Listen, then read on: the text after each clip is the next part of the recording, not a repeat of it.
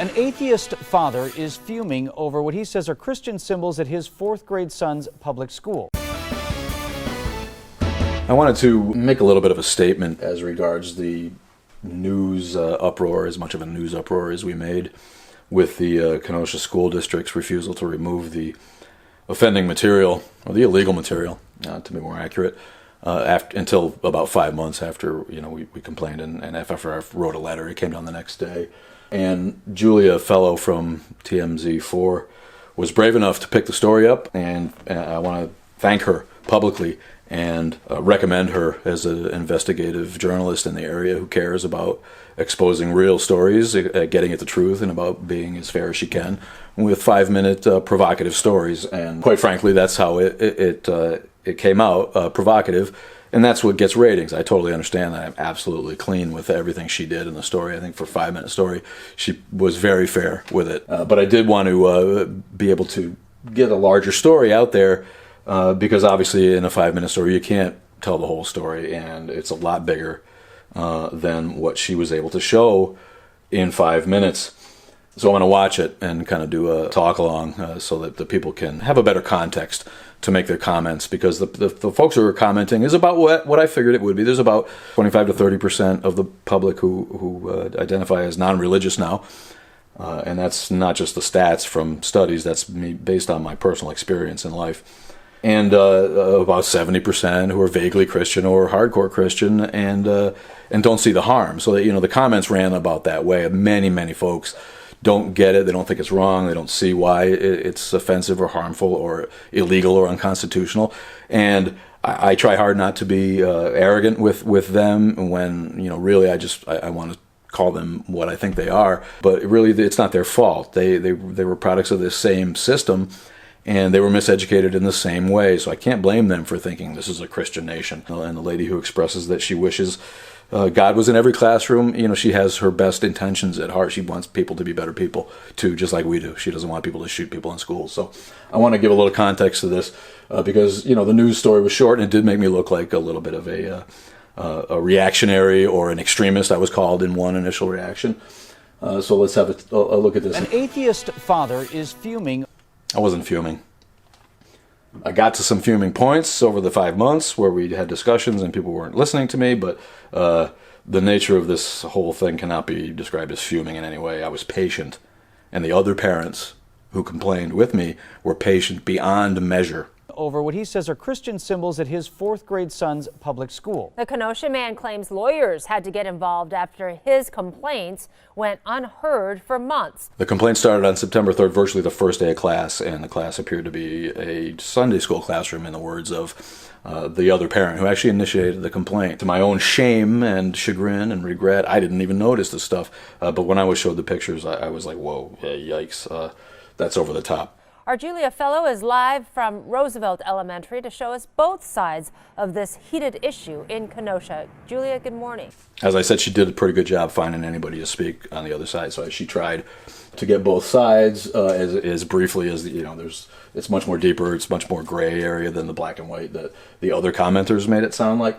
A lot of parents who were scared to speak out on my side, and that's kind of why I'm doing this. And many parents who agree that it's probably a better thing that we go ahead and have a good, loving Christian God in the class.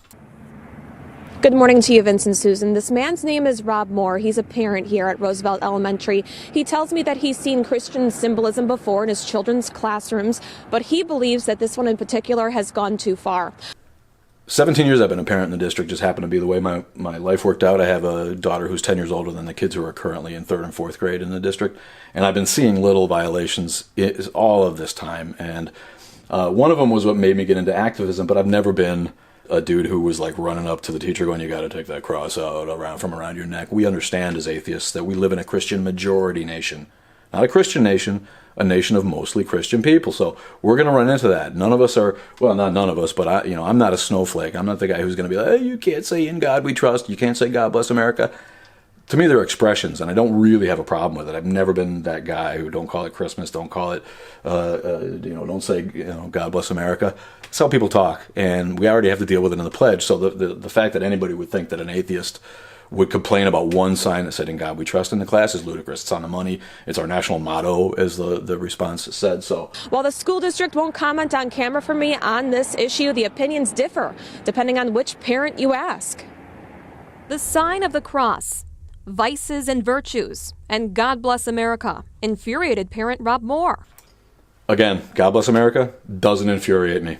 Not even a little bit.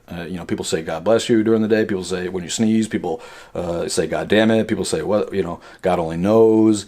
People say thank God. This is the way we talk. I use those expressions, and they're just expressions to me. They're not taking the Lord's name in vain.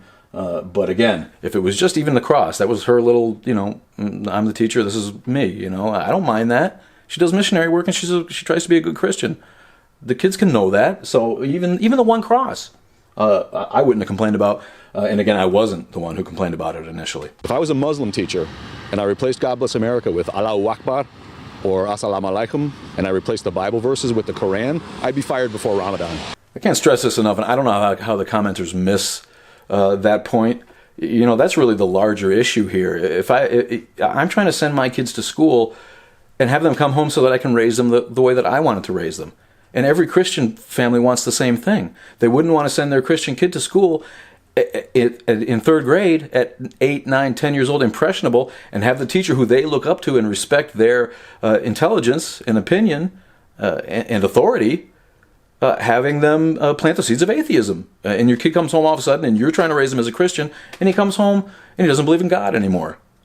I picked Islam for my quote because that's an obvious touchstone here, and it couldn't be any truer. If a Muslim tried to teach his teachings in a public school, it wouldn't be tolerated for a moment. Never mind a Satanist, a Wiccan, any kind of minority religion that Christians find somehow odder than their myth arc. All of that wouldn't have lasted for 1 minute. But the fact is that because it's Christianity and a lot of the parents feel that it's not a big deal, it gets kind of glossed over by the school district, and it shamefully, as it turns out, even promoted by the public school district. He claims for 5 months he told the district about how the teacher's decorations made his family uncomfortable before he got lawyers involved. I don't want somebody else's personal myth arc enforced in the classroom. The picture that just went by was the most, to me, the most egregious violation.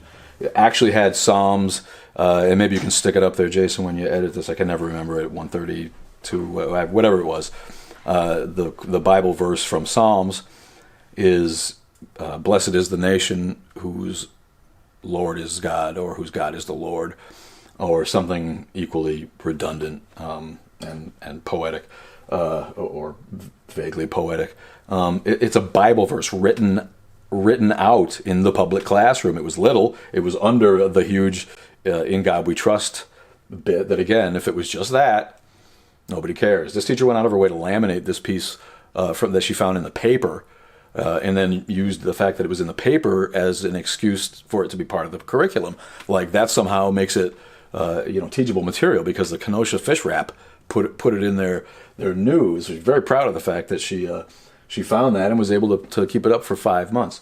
Right above that in that picture was the advertisement for the Christian musician that was literally maybe the most ridiculous thing I've ever seen on the wall of a public classroom. An advertisement for a guy who she's a fan of, who plays Christian songs. The poster says, "Come praise the Lord of Calvary, come worship with us." It was blatant advertisement for a non-school sanctioned event, like she was going to sell tickets for this kid. It's unconscionable, and it was the thing, honestly, I'd have put up with 3 or 4 things, like God Bless America, if it wasn't for these two. When I saw these two things, that was what really put it over the top. Moore is an outspoken atheist and the president of a chapter with the Freedom from Religion Foundation. He tells me as soon as his foundation's lawyer sent this letter to the superintendent 2 weeks ago, the teacher took it all down. She's a loving teacher and cares about the kids. She's misguided. I can't stress this enough. She is a loving teacher.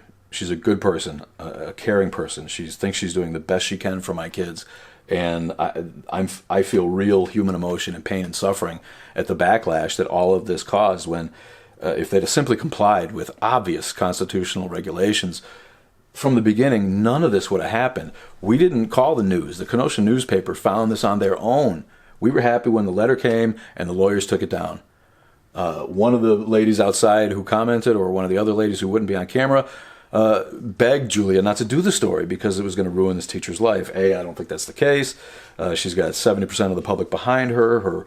Her union obviously backed her up, and doubt she's even going to be disciplined or removed from this. The worst thing it did was, interrupt her life. But I still feel pain. I feel pain that I was the agent of that in some way. As much as my fans and the folks who agree with me say, she had it coming, and you gave her plenty of time. That's all true. It doesn't change the fact that I'm hurt by this in a way that I shouldn't have to be, because it never should have been an issue. And she is too. And I feel bad about that. She's been teaching for a long time, and she does it because she cares about the kids. He questions why it took so long for the district to take action, and if there is a systemic problem that should be investigated. All right, this is really the gist. The systemic problem is not sensationalism on her part. It's not me being a jerk about God Bless America and the pledge and the little kind of shit that we have to put up with all the time. This is starting to look like an attempt on the school district to funnel kids to evangelical Christianity, kids whose parents aren't A, already Christians, B, just sort of apathetic, lapsed Christians, or non-religious folk who don't pay attention to what their kids are getting indoctrinated to in school, and who figure that, the H2O program down at the Journey Church, edit that out if that's going to get us in trouble. These Christian programs that reach out to kids in the name of fun and rock and roll and this, and just indoctrinate young minds so that they have people who can fill the collection plates into the future as Christianity dies around them. The parents who don't pay attention to or don't care that their kids get indoctrinated and might think that that's a better alternative, rightly so, than drugs or whatever else they might get into, absolves themselves of parental duties in that way that I can't. I want to give my kids a spiritual education, and let them choose on their own. And that was my attempt, and that was robbed from me by the school district. So the systemic problem appears to be one of identifying non-Christian students, funneling them towards creationist compound cult Timberley in East Troy, where they can ask to be guests in the summer when they're not part of the school district trips, and then they can be indoctrinated too openly. So, all of the little violations added up over the years, they do really seem to be a systemic problem, and it's not a joke, and we're not going away. There'll be probably another rant that details the way that the district excused this teacher's behavior that indicates that they don't have any plans to really change or address our concerns as a demographic. Other parents we spoke to beg to differ. Kids need to learn that there's going to be different beliefs all through life. Kids do need to learn that there's going to be different beliefs all through life, but they're learning that the state sanctions Christianity. In this case, that's one of the most moronic comments I've ever heard. I'm all in favor of a real religious education class. Kathy Meyer's running for Congress. Vote for her. Anybody to get Paul Ryan out. She's a teacher. We butted heads. Not butted heads. I can tell we disagreed on this. She doesn't think kids should be taught religion at a young age. I think kids are ready, and I think it's shown in Europe and other places where people are more enlightened than here, that kids understand. They understand mythology on all levels. They understand what you teach them very much earlier than we think they do. And if they're taught really every religion and myth and faith that's gone by and exists today in a comparative way when they were kindergartners, there'd be no Christians anymore. And the people know that, and that's why it's not allowed in schools as a thing by the kind of passive-aggressive Christian majority who writes the school curriculum. And scarily is increasingly writing a curriculum that is more conservative and less science-based. Are you offended by it at all? No, not at all. No, I think it should be in every classroom. She thinks it should be in every classroom. I kind of already addressed that. She's just a product of the system. She doesn't have the education that Thomas Jefferson had 300 years ago. Not even close. And John Adams together, they founded a country and wrote a constitution that chick couldn't understand on her best day. So for her to say, again, you can call me arrogant. I am. I received in my Sunday school at a congregational church in New England an education that taught me that everything she just said was one of the stupidest things you might ever hear in America. This is the first great secular nation, and that shit should be so far from every classroom that it fades into the distance and into people's cults, churches, and homes. What is "In God We Trust"? Why is that one offensive? If that Well, it's not necessarily offensive to me. It's illegal. Again, I'm offended that the education system has let it get to this point, but I'm not offended by God Bless America. I'm not offended by her cross. I'm not offended by her expression of her personal lifestyle and tastes and philosophy. In passing, none of that was anything that ever would have made me complain. Complaint was initiated by students who knew it was wrong at 9 years old, and their parents who were grievously offended at the handling of their complaints, ignored, lied to, misled. It was obfuscation over and over for 5 months. And when we finally got blown off with no response to a final request, we gave them another week.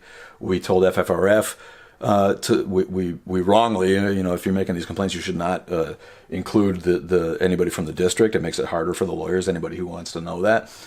We included the superintendent because we wanted to lay it at her feet too, and we shouldn't have probably done that, but we don't care about going public, so in the end it didn't matter.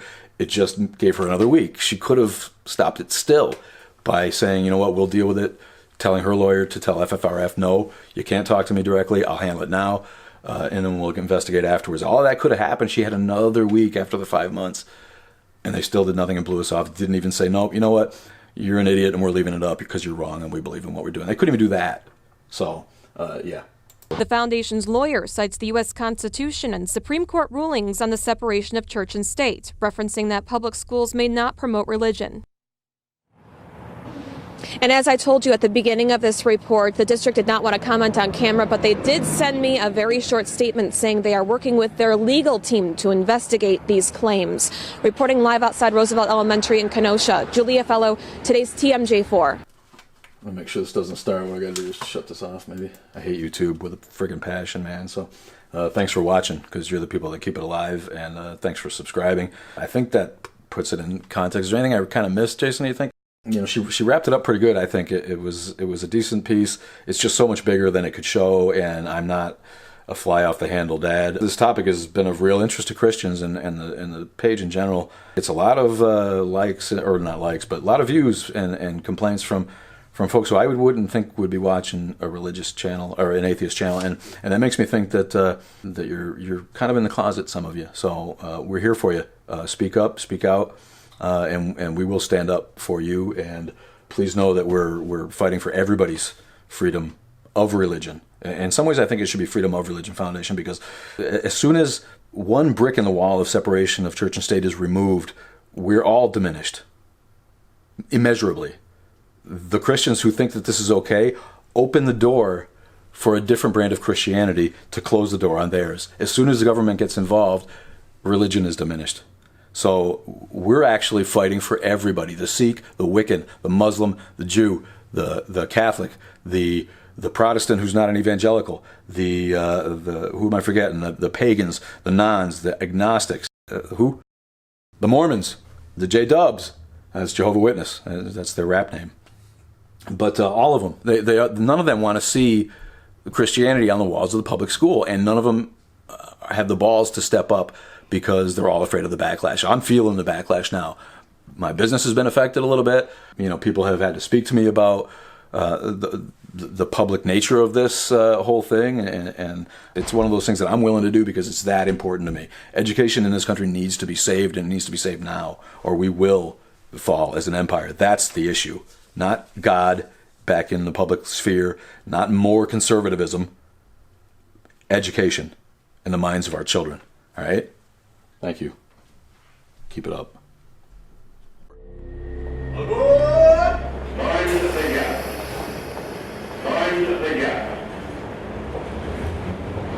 Welcome to the underground.